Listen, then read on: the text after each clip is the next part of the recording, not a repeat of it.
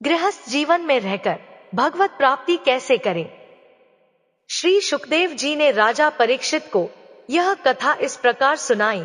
हे राजन परीक्षित, यह इतिहास अत्यंत गोपनीय, दिव्य और रहस्यमय है। यह वही पुरातन प्रसंग है जिसे मलय पर्वत पर विराजमान महर्षि अगस्त्य जी ने श्रीहरि की आराधना करते समय मुझे अर्थात श्री शुकदेव को स्वयं सुनाया था। यह कोई साधारण कथा नहीं है। ऐसा कहा गया है कि जो मनुष्य इस कथा को श्रद्धा और एकाग्रता से सुनता है, उसके नाम में रति उत्पन्न हो जाती है, और जब नाम में रति उत्पन्न होती है, तब वही रति भगवान श्रीहरि में परिवर्तित हो जाती है। हे राजन, इसी कारण इस इतिहास को सुनने और सुनाने की परंपरा अत्यंत पवित्र मानी गई है। तब भक्ति और जिज्ञासा से परिपूर्ण होकर राजा परीक्षित ने मुझसे प्रश्न किया, हे भगवन, आपने तृतीय स्कंध में संक्षेप रूप से स्वयंभू मनवंतर का वर्णन किया है, जिसमें देवता, असुर, मनुष्य, सर्प, पशु पक्षी आदि की सृष्टि का उल्लेख आता है। परंतु मेरे हृदय में इस विषय को और विस्तार से जानने की तीव्र इच्छा है। कृपया इस रहस्य को विस्तार पूर्वक समझाइए। राजा के इस प्रश्न को सुनकर श्री शुकदेव जी बोले, हे राजन, पूर्व में तुम सुन चुके हो कि प्राचीन वर के 10 पुत्र थे, जिन्हें प्रचेता कहा जाता है। ये 10 भाई अत्यंत तेजस्वी, तपस्वी और भगवान के अनन्य भक्त थे। भगवान शिव द्वारा बताए गए दिव्य रुद्र गीत मंत्र को ग्रहण कर वे 10 समुद्र में प्रविष्ट हुए और जल के भीतर खड़े होकर 10,000 वर्षों तक अखंड तपस्या करते रहे। उन्होंने उस काल में केवल मंत्र जप और आराधना को ही अपना जीवन बना लिया था। जब तपस्या पूर्ण कर वे समुद्र से बाहर आए, तब उन्होंने देखा कि पृथ्वी पर चारों ओर केवल वृक्ष ही वृक्ष उगाए थे। कोई भी स्थान ऐसा नहीं बचा था जहां वृक्ष ना हो। यह दृश्य देखकर प्रचेता गणों के हृदय में अचानक तीव्र क्रोध उत्पन्न हो गया। अपने तपोबल से उन्होंने क्रोधाग्नि प्रकट की और वायु तथा अग्नि का संकल्प किया। उनके संकल्प मात्र से ही वायु और अग्नि प्रकट हुए और वृक्षों को भस्म करने लगे। देखते ही देखते असंख्य वृक्ष जलने लगे और धरती पर हाहाकार मच गया। वृक्षों के इस महान संकट को देखकर उनके अधिराज भगवान चंद्रमा तुरंत प्रकट हुए। चंद्रदेव वृक्षों के राजा हैं, क्योंकि समस्त चराचर जगत का पालन पोषण उन्हीं की अमृतमयी किरणों से होता है। उनकी शीतल किरणें ही इस सृष्टि का जीवन है। मनुष्यों का अन्न, धान, गेहूं और अन्य खाद्यान्न उनकी किरणों से पुष्ट होता है। पशुओं का आहार, घास, तृण उनसे ही जीवन पाता है। फल, पुष्प और पत्र सब कुछ भगवान चंद्रदेव की कृपा से ही पल्लवित और पुष्ट होता है। चंद्रदेव ने प्रचेता गणों से करुण स्वर में कहा, हे महात्माओं, आप लोग क्रोध ना करें। वृक्षों पर क्रोध करना संपूर्ण जीवों पर क्रोध करने के समान है। ये वृक्ष पृथ्वी के लिए प्राण स्वरूप है। इनके बिना किसी भी प्राणी का जीवन संभव नहीं है। यदि वृक्षों की हानि होती रही तो इससे समस्त सृष्टि को अपूरणीय क्षति पहुंचेगी। चंद्रदेव ने आगे कहा, वृक्ष केवल लकड़ी या छाया नहीं है, ये जीवन है। जैसे एक गृहस्थ के लिए संतान आवश्यक होती है, वैसे ही प्रत्येक मनुष्य के जीवन में कम से कम एक वृक्ष का होना अनिवार्य है। हर व्यक्ति को अपने हाथों से पृथ्वी पर एक वृक्ष अवश्य लगाना चाहिए। वह वृक्ष पुत्र के समान आपका पालन करेगा और आपके जीवन का मंगल करेगा। उन्होंने कहा, यदि कोई व्यक्ति संतानहीन है और उसके हृदय में यह चिंता है कि आगे पितरों की परंपरा कैसे चलेगी, तो उसे चाहिए कि भगवान को अपना मानकर उनकी शरण ले और साथ साथ एक वृक्ष रूपी पुत्र को जन्म दे। एक तमाल, एक कदम, एक वट या एक पीपल, इनमें से कोई एक वृक्ष भूमि पर अवश्य रोपित करे। वह वृक्ष पुत्र की भांति आपका कल्याण करेगा। चंद्रदेव ने गंभीर स्वर में यह भी कहा, जहां तक संभव हो वृक्षों को काटने से बचो। यदि कभी विवशता हो तो 100 बार विचार करो। वृक्ष इस प्रकृति के रक्षक हैं। ये किसी को खाली हाथ नहीं लौटाते, छाया देते हैं, प्राणवायु देते हैं, फल फूल देते हैं और केवल दर्शन से ही सुख प्रदान करते हैं। इसके पश्चात चंद्रदेव ने प्रचेता गणों को उपदेश दिया, हे तपस्वियों, समस्त प्राणियों के हृदय में सर्वशक्तिमान भगवान विराजमान है। अपने हृदय में उनका ध्यान करो, उन्हें प्रसन्न करो और अपने क्रोध को शांत करो। फिर चंद्रदेव ने वह प्रसंग स्मरण कराया जिसे तुम पूर्व में सुन चुके हो। अप्सरा प्रमलोचा की एक अत्यंत सुंदर कन्या थी, जिसका पालन पोषण भगवान चंद्रमा ने अपनी अमृतमयी किरणों से किया था। उसी कन्या को वृक्षों के माध्यम से प्रचेता गणों को प्रदान किया गया। वृक्षों ने विनयपूर्वक उस कन्या को प्रचेता गणों के समक्ष प्रस्तुत किया और कहा, आप दसों इस कन्या को धर्मानुसार अपनी पत्नी के रूप में स्वीकार करें। इससे आपका क्रोध शांत होगा और सृष्टि का कल्याण होगा। तत्पश्चात दसों प्रचेता गणों ने उस कन्या को विधि विधान पूर्वक पत्नी रूप में स्वीकार किया और धर्मानुसार पाणिग्रहण संस्कार संपन्न हुआ। इसी से आगे सृष्टि का विस्तार हुआ और भगवान की लीला पूर्णता की ओर बढ़ी। उस कन्या का नाम मारिशा था। वही मारिशा आगे चलकर दसों प्रचेता गणों की पत्नी बनी। उन्हीं प्रचेताओं और मारिशा के संयोग से महामहिम प्रजापति दक्ष की उत्पत्ति हुई। दक्ष कोई साधारण जीव नहीं थे, वे सृष्टि विस्तार के लिए नियुक्त महान प्रजापति थे। प्रजापति दक्ष ने आगे चलकर विशेष प्रजा की सृष्टि की। उन्हें अपनी पुत्रियों से अत्यंत प्रेम था, क्योंकि उन्हीं के माध्यम से सृष्टि का विस्तार होना था। जल, थल और आकाश में रहने वाले देवता, असुर, मनुष्य और अन्य असंख्य जीव, ये सब प्रजापति दक्ष के संकल्प से प्रकट हुए। परंतु एक समय ऐसा आया जब दक्ष प्रजापति ने अनुभव किया कि केवल संकल्प करने से सृष्टि का विस्तार अपेक्षित रूप से नहीं हो पा रहा है। तब वे गहन विचार में पड़े और सृष्टि के कल्याण हेतु तपस्या का मार्ग अपनाया। वे विंध्याचल पर्वत के समीप स्थित एक अत्यंत पवित्र तीर्थ में गए, जिसका नाम अगमर्षण है। ऐसा कहा जाता है कि उस तीर्थ में स्नान करने से समस्त अघ अर्थात पाप नष्ट हो जाते हैं। प्रजापति दक्ष प्रतिदिन उस तीर्थ में 3 बार स्नान करते और भगवान श्रीहरि की प्रसन्नता के लिए भजन और आराधना में लीन रहते। उन्होंने भगवान की स्तुति हंसगोह नामक दिव्य स्तोत्र के द्वारा की। भगवान की स्तुति करते हुए दक्ष प्रजापति बोले, हे प्रभु, आप इंद्रियों से नहीं, केवल अनुभूति से ही जाने जा सकते हैं। आप स्वयं आनंद स्वरूप हैं। आपकी चित्त शक्ति अमोघ है। आप जीव और प्रकृति दोनों से परे हैं, फिर भी दोनों के नियंता है और दोनों को चेतना प्रदान करते हैं। कोई भी प्रमाण आपकी सीमा को नहीं छू सकता, क्योंकि आपकी कोई सीमा ही नहीं है। आप स्वयं प्रकाश, अनंत और परमात्मा है। मैं आपको बार बार नमस्कार करता हूँ। उन्होंने आगे कहा, हे प्रभु, इस शरीर में 2 सत्ता एक साथ निवास करती हैं, एक जीव और दूसरे आप परमेश्वर, दोनों सखा है। परंतु अंतर यह है कि आप जीव को भी जानते हैं और उसके निवास स्थान को भी जानते हैं, किंतु जीव ना आपको जानता है और ना अपने वास्तविक स्वरूप को। वह इस देह को ही अपना स्वरूप मान बैठा है। दक्ष प्रजापति ने करुण स्वर में कहा, यह जीव रूप, रस, गंध और भोगों में इतना आसक्त हो गया है कि ना वह अपने प्रिय प्रभु को पहचान पा रहा है और ना स्वयं को। हे महेश्वर, यह देह, प्राण, पंच प्राण, इंद्रिया, अंतःकरण की वृत्तियां, पंच महाभूत और तन्मात्राएं, ये सब माया से उत्पन्न जड़ पदार्थ हैं, किंतु जीव ने इन्हीं को मैं मान लिया है। इसी कारण वह ना आपको जान पाता है, ना स्वयं को और ना अपने वास्तविक निवास स्थान को।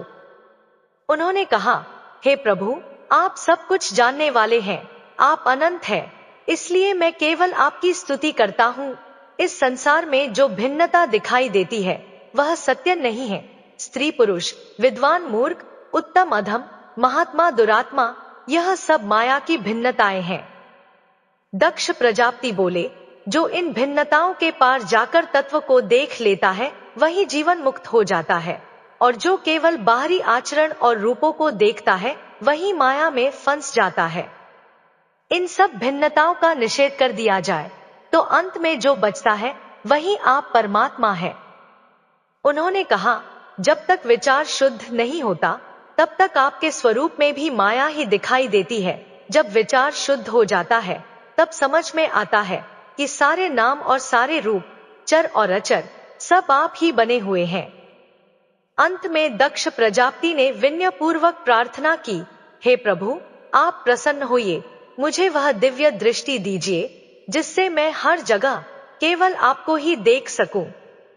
वाणी से जो कहा जाता है, मन से जो सोचा जाता है, बुद्धि से जो निश्चय किया जाता है और इंद्रियों से जो ग्रहण किया जाता है, यह सब माया के ही क्षेत्र में है।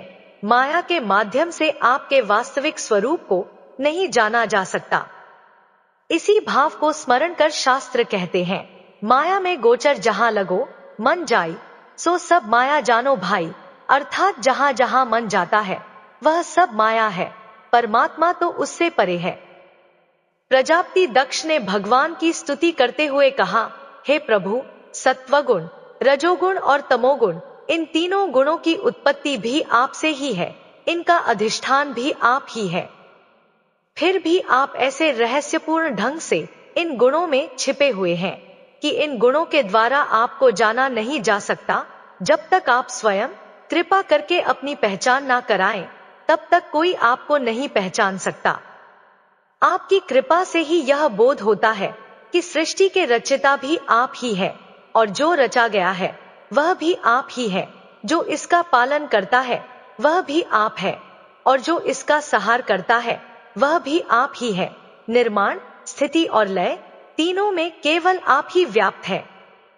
हे प्रभु, जिसे यह ज्ञान हो जाए कि रचने वाले भी आप हैं, रचे हुए भी आप हैं और लय को प्राप्त होने वाले भी आप हैं, उसके लिए फिर और क्या जानना शेष रह जाता है। अब तो बस आप मुझ पर प्रसन्न हो जाइए।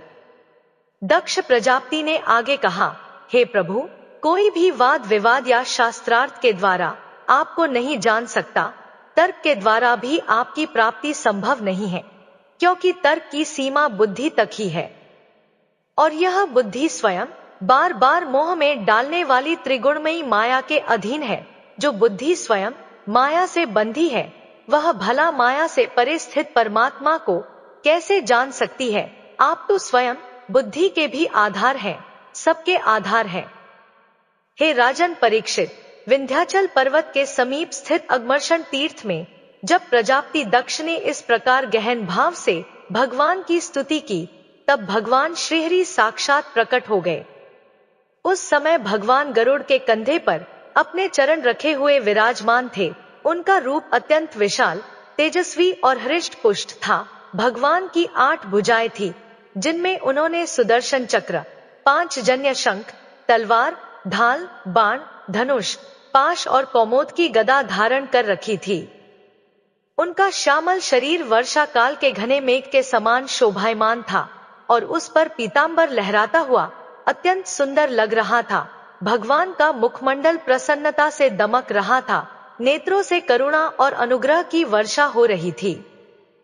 घुटनों तक लंबी वनमाला उनके वक्षस्थल पर लटक रही थी, जहां श्रीवत्स का चिन्ह सुशोभित था। उनके कंठ में कौस्तुभ मणि चमक रही थी, मस्तक पर दिव्य किरीट, कानों में मकराकृत कुंडल, हाथों में कंगन, कमर में करधनी, अंगुलियों में अंगूठिया, चरणों में नूपुर और भुजाओं में बाजूबंद, समस्त आभूषणों से भगवान का वह रूप त्रिभुवन को मोहित करने वाला था। गरुड़ जी के चारों ओर देवर्षि नारद, नंद सुनंद आदि दिव्य पार्षद भगवान की स्तुति कर रहे थे। इंद्र आदि देवगण आकाश से पुष्पों की वर्षा कर रहे थे। वह दृश्य अत्यंत अलौकिक और आश्चर्यजनक था। भगवान के इस अद्भुत स्वरूप को देखकर प्रजापति दक्ष पहले तो विस्मय और भय से सहम गए, किंतु अगले ही क्षण उनका हृदय आनंद से भर गया। वे तुरंत भगवान के चरणों में साष्टांग दंडवत हो गए। उनके नेत्रों से आनंदाश्रुओं की धारा बहने लगी। अत्यंत नम्रता से वे उठे और हाथ जोड़कर भगवान के सामने खड़े हो गए। भगवान तो सबके हृदय की बात जानते ही हैं। उन्होंने प्रजापति दक्ष के मन में प्रजा वृद्धि की कामना को देखकर स्नेहपूर्वक कहा, हे परम भाग्यवान दक्ष, तुम्हारा मंत्र और तुम्हारी तपस्या सिद्ध हो गई है, परंतु यह जान लो कि केवल मंत्र प्राप्त हो जाना ही पर्याप्त नहीं होता। उसकी सिद्धि के लिए श्रद्धा, तप और अनुग्रह तीनों आवश्यक होते हैं। भगवान श्रीहरि ने प्रजापति दक्ष से स्नेहपूर्वक कहा, हे दक्ष, केवल मंत्र प्राप्त हो जाना ही पर्याप्त नहीं होता, मंत्र को जपना पड़ता है, पवित्र भाव से उसे अपने भीतर रमाना पड़ता है। गुरु से मंत्र मिल गया तो अब उसका निरंतर जप करो। जप के द्वारा उसे अपने अंतःकरण में जागृत करो ताकि वह तुम्हारी नस नाड़ियों में व्याप्त हो जाए। तुम्हारा मंत्र सिद्ध हुआ है, तुम्हारी तपस्या भी सिद्ध हुई है, तुम्हारे हृदय में मेरे प्रति गहन श्रद्धा है। देखो, तुम्हारा हृदय मेरे प्रेम से भर गया है और नेत्रों से आनंदाश्रुओं की धारा प्रवाहित हो रही है। तुम्हारा लक्ष्य केवल यही था कि प्रजा की वृद्धि हो और सृष्टि का विस्तार हो। इसी उद्देश्य से तुमने घोर तप किया, इसलिए मैं तुम पर अत्यंत प्रसन्न हूं। भगवान ने आगे कहा, मेरा प्रसन्न होना ही समस्त प्राणियों का परम मंगल है। जब मैं प्रसन्न होता हूं तब समृद्धि, कल्याण और इच्छित फल अपने आप प्राप्त हो जाते हैं। ब्रह्मा, भगवान शंकर, तुम्हारे जैसे प्रजापति, स्वयंभू मनु और इंद्र आदि देवेश्वर, ये सब मेरे ही अंश है, मेरी ही विभूतियां हैं। तपस्या मेरा हृदय है, विद्या मेरा शरीर है, कर्म मेरी आकृति है, यज्ञ मेरे अंग है, धर्म मेरा मन है और देवता मेरे प्राण है। भगवान ने अत्यंत गूढ़ रहस्य प्रकट करते हुए कहा, हे दक्ष, जब यह सृष्टि नहीं थी तब केवल मैं ही था। उस समय ना बाहर कुछ था, ना भीतर कुछ था, ना कोई दृश्य था और ना कोई दृष्टा। मैं भी उस समय क्रियाहीन, निष्क्रिय और अव्यक्त था। जैसे गाढ़ी सुषुप्ति में कुछ दिखाई नहीं देता, वैसे ही उस समय संपूर्ण अस्तित्व में कुछ भी नहीं था, केवल मैं ही मैं था। मैं अनंत हूँ और अनंत गुणों का आधार हूँ। फिर मैंने स्वयं से माया को प्रकट किया। माया के आवरण से ब्रह्मांड प्रकट हुआ। उसी ब्रह्मांड में आदि पुरुष के रूप में मैं ही ब्रह्मा बना और मैंने ही संपूर्ण सृष्टि की रचना की। जब सृष्टि नहीं थी तब मैं ही था, जब सृष्टि का लय होगा तब भी मैं ही रहूंगा, और जो कुछ बीच में प्रकट हुआ है वह सब भी मैं ही हूँ। जिसे इतना ज्ञान हो जाए वही जीवन मुक्त हो जाता है, परंतु यह ज्ञान बिना तपस्या के प्राप्त नहीं होता। घोर तप के बिना कोई इसे नहीं जान सकता। भगवान ने आगे कहा, इसी कारण ब्रह्मा जी ने भी सृष्टि रचना से पूर्व तप किया और उसी तप के प्रभाव से 9 प्रजापतियों की उत्पत्ति हुई। इसके पश्चात भगवान ने प्रजापति दक्ष से कहा, हे दक्ष, पंचजन प्रजापति की कन्या अश्नि को तुम धर्म पूर्वक पत्नी रूप में स्वीकार करो। अब गृहस्थ धर्म के माध्यम से सृष्टि का विस्तार करो। मानसिक सृष्टि हो चुकी है, अब स्त्री पुरुष के संयोग से सृष्टि को आगे बढ़ाओ। यह कार्य मेरी बहुत बड़ी सेवा है। भगवान ने स्पष्ट शब्दों में कहा, जो लोग यह सोचते हैं कि गृहस्थ जीवन में रहकर भगवत प्राप्ति संभव नहीं है, वे भ्रम में हैं। गृहस्थ धर्म में संतति उत्पन्न करना भी मेरी पूजा ही है। स्त्री पुरुष के संयोग से जो संतान उत्पन्न होती है वह मेरी सेवा ही होती है। इस प्रकार भगवान ने प्रजापति दक्ष को न केवल सृष्टि विस्तार का आदेश दिया, बल्कि यह भी स्पष्ट किया कि गृहस्थ जीवन और भगवान की भक्ति दोनों एक दूसरे के विरोधी नहीं, बल्कि एक दूसरे के पूरक हैं। भगवान श्रीहरि ने प्रजापति दक्ष को आगे उपदेश देते हुए कहा, हे दक्ष, संतान को पढ़ाना लिखाना, उसका पालन पोषण करना, परिवार के लिए परिश्रम पूर्वक धन अर्जित करना, ये सब भी मेरी ही पूजा है। यदि इन्हें अहंकार रहित भाव से किया जाए, मन में यह भाव रखो, हे नाथ, सकल संपदा आपकी है, मैं तो केवल आपका सेवक हूँ। मेरी संतान, मेरी पत्नी और मेरा परिवार सब आपकी सेवा के ही साधन है। जो इस भाव से गृहस्थ धर्म का पालन करता है उसे सहज ही भगवत प्राप्ति हो जाती है। बस मेरा नाम जपते रहो और धर्म पूर्वक आचरण करो। इतना कहकर भगवान श्रीहरि अंतर्धान हो गए। भगवान के दर्शन और वचनों से प्रजापति दक्ष आश्चर्यचकित और प्रेम विह्वल हो गए। उनके हृदय में ऐसा आनंद उमड़ पड़ा कि वे खड़े रहने की भी सामर्थ्य खो बैठे। कुछ समय तक वे उसी भाव में स्थिर खड़े रहे। इसके पश्चात दक्ष प्रजापति ने भगवान की आज्ञा के अनुसार पंचजन प्रजापति की पुत्री अशिकनी से विवाह किया। समय आने पर उन्होंने एक एक करके 10,000 पुत्रों को जन्म दिया, क्योंकि सृष्टि विस्तार के लिए स्वयं भगवान ने उन्हें ऐसा करने की आज्ञा दी थी। वे सभी पुत्र अत्यंत पवित्र स्वभाव वाले थे। सबका आचरण एक समान था, शुद्ध, संयमित और धर्ममय। उनके हृदय में तप और वैराग्य के संस्कार प्रबल थे।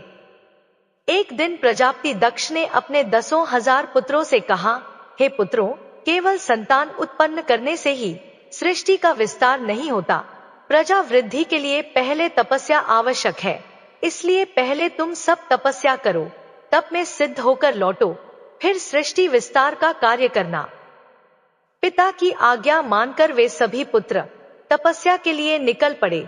वे पश्चिम दिशा की ओर चले और सिंधु नदी के समुद्र संगम पर स्थित एक महान तीर्थ नारायणसर में जाकर निवास करने लगे। वहीं वे ऋषि मुनियों के आश्रमों के समीप रहकर कठोर तपस्या में लीन हो गए। उसी समय देवर्षि नारद जी ने देखा कि दक्ष प्रजापति के ये पुत्र तपस्या करने आए हैं और उनका उद्देश्य आगे चलकर प्रजा की वृद्धि करना है। तब देवर्षि नारद जी ने उनमें से कुछ को, लगभग 2,000 पुत्रों को एकांत में बुलाया और उनके साथ बैठकर संवाद आरंभ किया। नारद जी ने गंभीर स्वर में उनसे कहा, तुम लोग तपस्या करने आए हो और तुम्हारा उद्देश्य है प्रजा की वृद्धि करना, पर उससे पहले मैं तुमसे एक प्रश्न पूछता हूँ, क्या तुमने कभी इस पृथ्वी का अंत देखा है? नारद जी ने एक एक करके गूढ़ प्रश्न पूछने आरंभ किए। क्या तुमने कभी ऐसा देश देखा है जिसमें केवल एक ही पुरुष रहता हो? पुत्रों ने उत्तर दिया, नहीं, हमने ऐसा कुछ नहीं देखा। नारद जी बोले, क्या तुमने कभी ऐसा बिल देखा है जिसमें प्रवेश करने के बाद बाहर निकलने का कोई मार्ग ही ना हो? उन्होंने कहा, नहीं, ऐसा भी नहीं देखा। फिर नारद जी ने पूछा, क्या तुमने कभी ऐसी स्त्री को देखा है जो बहुरूपिणी हो और जिसमें फंसने के बाद कोई बच ना पाए? वे बोले, नहीं। नारद जी ने फिर कहा, क्या तुमने कभी ऐसे पुरुष को देखा है जो व्यभिचारिणी स्त्री का पति हो? उत्तर मिला, नहीं। नारद जी ने आगे प्रश्न किया, क्या तुमने कभी ऐसी नदी को देखा है जो आगे और पीछे दोनों ओर बहती हो? उन्होंने कहा, नहीं। फिर नारद जी बोले, क्या तुमने कभी ऐसा विचित्र घर देखा है जो 25 तत्वों से बना हो? पुत्रों ने कहा, नहीं। नारद जी ने आगे पूछा, क्या तुमने कभी ऐसे हंस को देखा है जिसकी कथा अत्यंत रहस्यमयी हो? वे बोले, नहीं। अंत में नारद जी ने पूछा, क्या तुमने कभी ऐसा चक्र देखा है जो छुरे और वज्र से भी अधिक कठोर हो, जो निरंतर घूमता रहता हो और सबको काटता रहता हो? उन्होंने कहा, नहीं। तब नारद जी ने गंभीर स्वर में कहा, यदि तुमने यह सब नहीं देखा तो फिर तुम क्या जानते हो? क्या समझा है तुमने? तुम्हारे पिता ने तुम्हें सृष्टि विस्तार का जो आदेश दिया है उसे तभी पूरा कर सकोगे जब इन प्रश्नों के रहस्य को समझ पाओगे। हे राजन परीक्षित, दक्ष के पुत्र जन्म से ही अत्यंत बुद्धिमान थे। उन्होंने देवर्षि नारद को अपना गुरु स्वीकार किया और उनके वचनों पर गहन चिंतन करने लगे। विचार करते करते उन्हें इन प्रश्नों का रहस्य समझ में आने लगा। उन्होंने जाना कि वह पृथ्वी, जिसका अंत देखने की बात कही गई है, वास्तव में यह स्थूल शरीर है। जीव इस शरीर को ही अपना स्वरूप मान बैठा है। यही आत्मा का अनादि बंधन है। कोई इस शरीर के विनाश को देखना नहीं चाहता। शरीर से राग करके बैठा हुआ जीव यदि यह देख ले कि इसका अंत निश्चित है तो वह तुरंत भजन में लग जाए और भगवान की शरण ग्रहण कर ले। इसी कारण कहा गया कि उन्होंने पृथ्वी का अंत नहीं देखा, अर्थात उन्होंने इस देह को मैं मान लिया है और इसके नाश का विचार नहीं किया। जब तक इस शरीर में नाश बुद्धि उत्पन्न नहीं होती तब तक भजन में रुचि नहीं आती और भजन के बिना जीवन व्यर्थ हो जाता है। नारद जी के दूसरे प्रश्न का रहस्य भी उन्होंने समझा। वह देश जिसमें एक ही पुरुष रहता है, वास्तव में 3 अवस्थाएं, जागृत, स्वप्न और सुषुप्ति हैं। इन तीनों अवस्थाओं में एक ही पुरुष निरंतर जागता रहता है, वह है परमात्मा। ना वह सोता है ना स्वप्न देखता है, ना जागता है, वह तो सदा दिव्य जागरण में स्थित रहता है। वह परमात्मा त्रिगुणातीत है, कालातीत है, जबकि जीव अहंकार से ग्रस्त होकर तीनों गुणों और तीनों कालों में फंसा हुआ है। वही एक नगर में रहने वाला एकमात्र पुरुष, परम पुरुष है, वही सबका आश्रय है, वही ईश्वर है। परंतु दुख की बात यह है कि उस परमात्मा को जाने बिना ही जीव अन्य कार्यों में अपना संपूर्ण जीवन अर्पित कर देता है। जो प्रकृति से परे नित्य मुक्त परमात्मा को नहीं पहचानता, वही संसार में भटकता रहता है। नारद मुनि ने शिष्य से गंभीर स्वर में कहा, एक ऐसा बिल है जिसमें जो एक बार प्रवेश कर जाए वह आज तक लौटकर बाहर नहीं आया। क्या तुमने ऐसा कोई बिल देखा है? शिष्य मौन रहा। गुरु बोले, वह बिल कोई साधारण गुफा नहीं है, वह है माया। यह संसार ही माया का वह गूढ़ बिल है जिसमें जीव एक बार प्रवेश करता है तो फिर नए नए लोक, नए नए आकर्षण, नए नए भोगों में उलझता चला जाता है। कभी पाताल के समान गहरे विषय, कभी अतल वितल जैसे मोह, कभी धन, कभी पद, कभी स्त्री, पुत्र और परिवार, हर और माया के खेल है। जीव सोचता है यही सत्य है, यही मेरा सब कुछ है, और इसी सोच में वह अपने स्वरूप को भूल जाता है। गुरु ने कहा, लौटना का अर्थ देह छोड़ना नहीं, बल्कि अपने आत्मस्वरूप में स्थित होना है। पर जीव तो इसी शरीर, इसी मन और इंद्रियों में ऐसा फंस जाता है कि लौटने का मार्ग ही भूल जाता है। गुरु आगे बोले, एक बहुरूपिणी स्त्री है जो सबको मोहित कर लेती है, वह है त्रिगुणात्मिका माया। कभी वह सुख बनकर आती है, कभी दुख बनकर, कभी ज्ञान का भ्रम देती है, कभी भक्ति का दिखावा। बड़े बड़े ज्ञानी भी उसके जाल से बच नहीं पाए। शिव से लेकर ब्रह्मा तक उसकी लीला के साक्षी हैं। जो जीव इस माया का भोक्ता बन जाता है, वह विविध वासनाओं में भटकता हुआ एक व्यभिचारिणी स्त्री का पति बन जाता है। अर्थात एक इच्छा पूरी होती नहीं कि दूसरी उसे खींच लेती है। जब तक जीव माया का अंत नहीं जानता, जब तक विवेक और ज्ञान नहीं आता, तब तक उसे शांति नहीं मिल सकती। यह माया बुद्धि में बैठ जाती है और वही बुद्धि कुलटा स्त्री के समान हर क्षण उसे फंसाती रहती है। यह देखो, यह सुनो, यह भोगो, और जीव परतंत्र बनकर अपनी स्वतंत्रता, अपना आत्मज्ञान खो देता है। गुरु ने कहा, एक ऐसी नदी भी है जो दोनों ओर बहती है, वह भी माया ही है। इसी से सृष्टि की रचना होती है और इसी से विनाश भी। सृजन और संहार दोनों धाराएं उसी की है। अहंकार, काम, क्रोध, मोह, मद और मत्सर, ये उसी माया के वेग है। अंत में गुरु बोले, एक अद्भुत घर भी है जो 25 तत्वों से बना है। यह घर यही शरीर है। पृथ्वी से लेकर बुद्धि तक, अहंकार से लेकर इंद्रियों तक, जीव इसी घर को अपना सत्य मान लेता है और परमात्मा को भूल जाता है। जब तक मनुष्य इस माया बिल को पहचान नहीं लेता, इस शरीर को साधन मानकर भगवान को लक्ष्य नहीं बनाता, तब तक उसका जीवन सिर्फ जीना भर रह जाता है।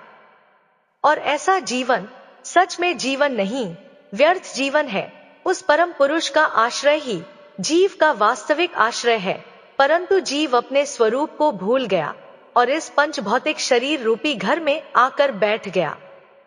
उसने स्वयं को स्त्री शरीर मान लिया, पुरुष शरीर मान लिया और भगवान के स्वरूप को भूल गया। वास्तव में जीव ही वह दिव्य हंस है, पर वह अपने हंस स्वरूप को भूलकर जीव भाव में फंस गया और दुर्गति को प्राप्त हुआ। एक ऐसा चक्र है जो निरंतर घूमता रहता है, वह काल चक्र है। यह सबका नाश करता है, संपूर्ण जगत को हर क्षण काटता रहता है। इस काल चक्र को कोई रोक नहीं सकता। देवता, मनुष्य, असुर सब इसके अधीन है। इसीलिए शास्त्र ही पिता कहे गए हैं, क्योंकि शास्त्र से ही ज्ञान उत्पन्न होता है और ज्ञान का उत्पन्न होना ही नया जन्म है। इसी ज्ञान जन्म से मनुष्य का परम मंगल होता है। जिसके हृदय में ज्ञान नहीं, उसे शास्त्र मरा हुआ मानते हैं। वह जीवित होकर भी मृत समान है। ज्ञान के बिना आचरण भ्रष्ट हो जाता है और अंततः जीव दुर्गति को प्राप्त होता है। उन्होंने कहा, आज से हम सन्यासी हैं, अब हम दक्ष प्रजापति के पास नहीं लौटेंगे, हम केवल भजन करेंगे।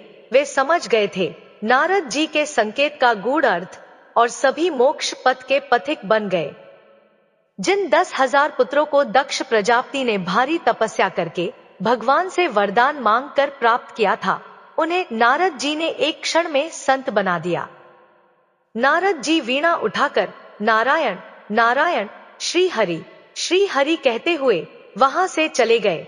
जब दक्ष प्रजापति को यह समाचार मिला कि उनके शीलवान 10,000 पुत्र सब सन्यासी बन गए हैं, तो वे अत्यंत व्याकुल हो उठे। उनका हृदय जलन और पीड़ा से भर गया। तब ब्रह्मा जी ने उन्हें समझाया, सांत्वना दी और कहा, तुम्हारे सामर्थ्य में कोई कमी नहीं है, तुम पुनः पुत्र उत्पन्न कर सकते हो। ब्रह्मा जी की कृपा से दक्ष प्रजापति के 1,000 पुत्र और उत्पन्न हुए। उनका नाम था सवलाश्व। दक्ष प्रजापति ने उनसे कहा, तपस्या से ही सृष्टि बढ़ती है, तुम पहले तपस्या करो, फिर गृहस्थ बनकर सृष्टि का विस्तार करो। वे 1,000 पुत्र भी उसी दिशा की ओर तपस्या के लिए चले गए। उधर देवर्षि नारद नारायण नारायण कहते हुए फिर वहां पहुंचे। सभी ने उठकर प्रणाम किया। नारद जी बोले, पुत्रों, किस उद्देश्य से आए हो?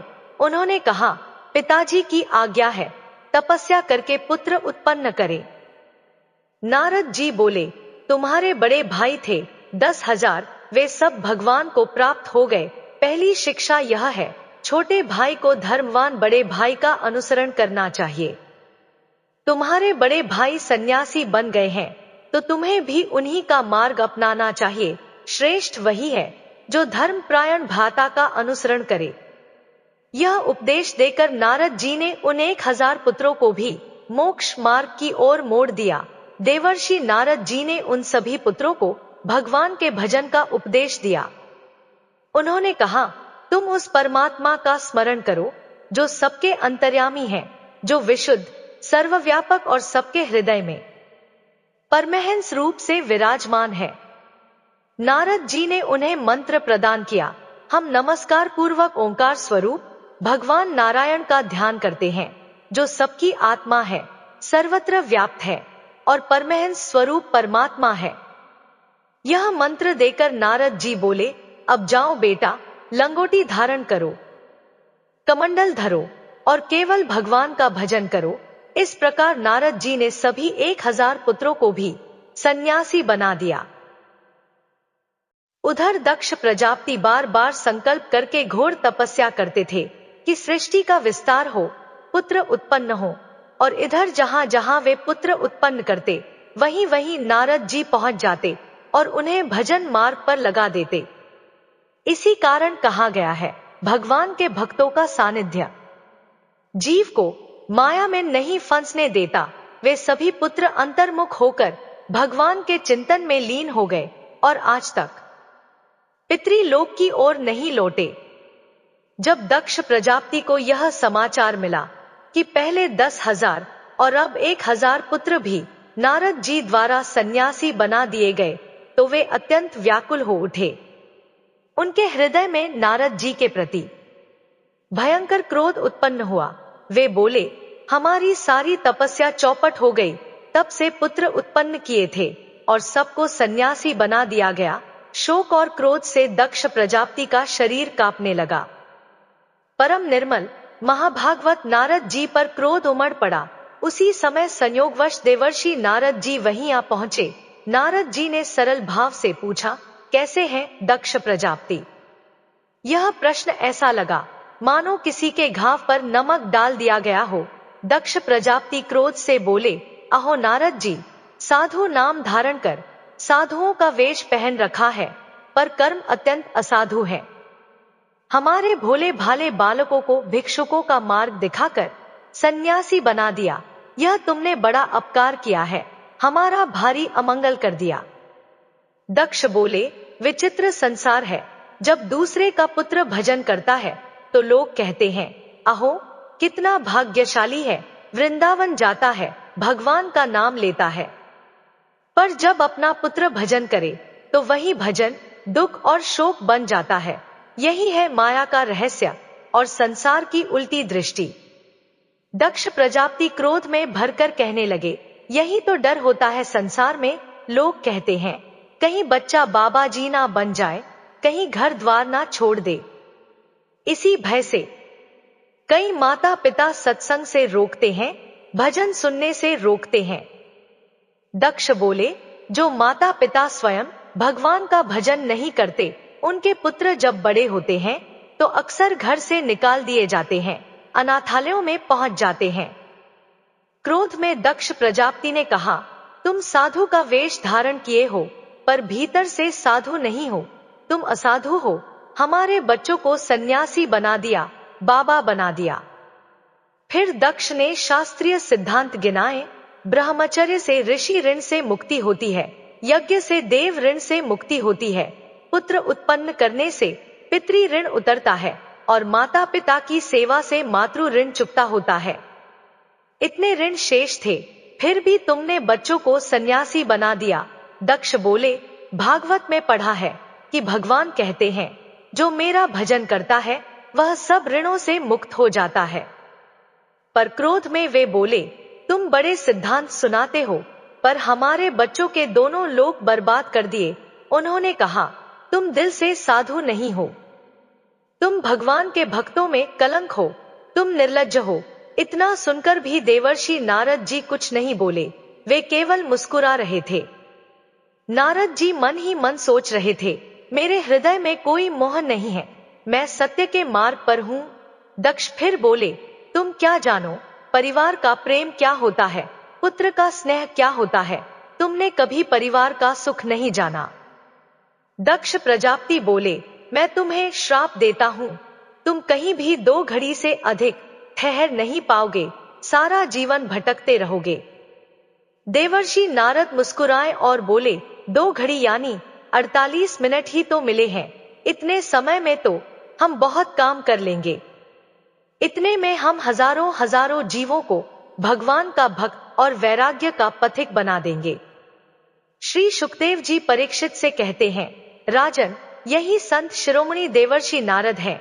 नारद जी ने हाथ जोड़कर कहा, मैं आपका श्राप सहर्ष स्वीकार करता हूं। यही सच्ची साधुता है, अपमान में भी क्रोध न आना, श्राप में भी कल्याण देखना, और दूसरों के मंगल के लिए सब कुछ सह लेना। प्रजापति दक्ष ने श्राप दिया, पर नारद जी के हृदय में ना क्रोध था ना वैर। उन्होंने नम्रता से कहा, आपका श्राप मैं मस्तक पर धारण करता हूं, और यही महापुरुषों की पहचान है। मित्रों, इस दिव्य कथा ने आपके हृदय को कितना स्पर्श किया, कमेंट में अवश्य लिखें। वीडियो को लाइक करें, अधिक से अधिक शेयर करें, और हमारे चैनल को सब्सक्राइब करें। आपका प्रेम और समर्थन ही हमारी प्रेरणा है। जय श्री हरि विष्णु।